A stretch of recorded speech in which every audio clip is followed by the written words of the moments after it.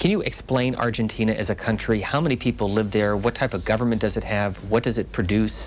Argentina's been a very successful model of political and economic reform in the last 20 years.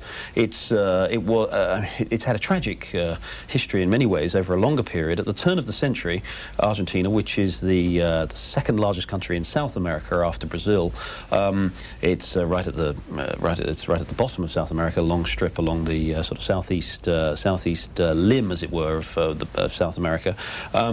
At the beginning of the last century, at the beginning of the 20th century, it was one of the wealthiest countries in the world. It was phenomenally successful economically, well developed. It had great resources, minerals, particularly silver. Hence the name of the country, Argentina, which comes from the Spanish and the Latin for the word silver.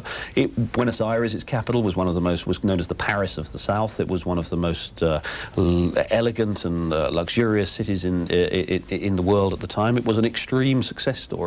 Then, as many countries did, of course, in Latin America, went through big problems throughout most of the 20th century.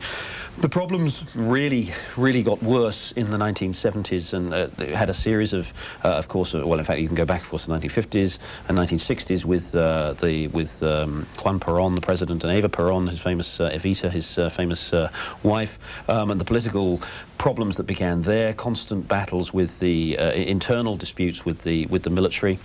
And in the 1970s, a series of a military coup and a series of military governments, and that's when things, as they did in much of Latin America, really started to go wrong. Terrible human rights record. They, of course, invaded the Falkland Islands in South Atlantic in 1982,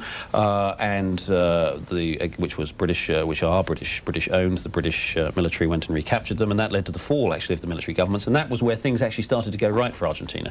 The military governments collapsed. They got in place some new reformist governments, some democratic governments. A lot of great democratic reforms were made, and then these economic reforms that I was speaking about were also made. And as I say, as we said in our paper on Friday, the country was 5 years or so ago a poster child for successful emerging market economic and political reform. And unfortunately, it's been in the last few years that that's fallen apart. You talked about minerals and other natural resources. What about products? What does Argentina produce?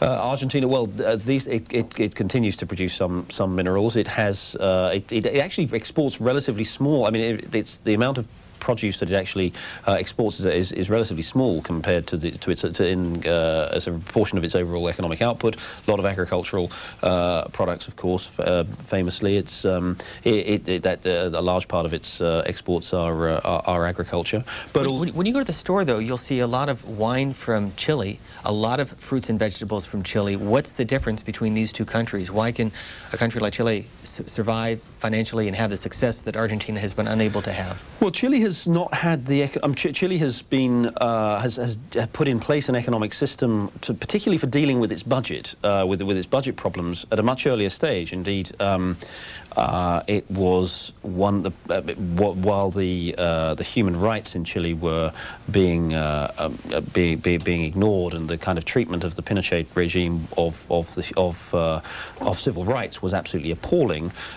There was what the Pinochet regime did do was to put in place very tight fiscal constraints, and actually kept the budget deficit under control. So going back over a long way, Chile has stronger economic policies than Argentina. Argentina has not really been able to get to grips with those problems. Next call from Universal.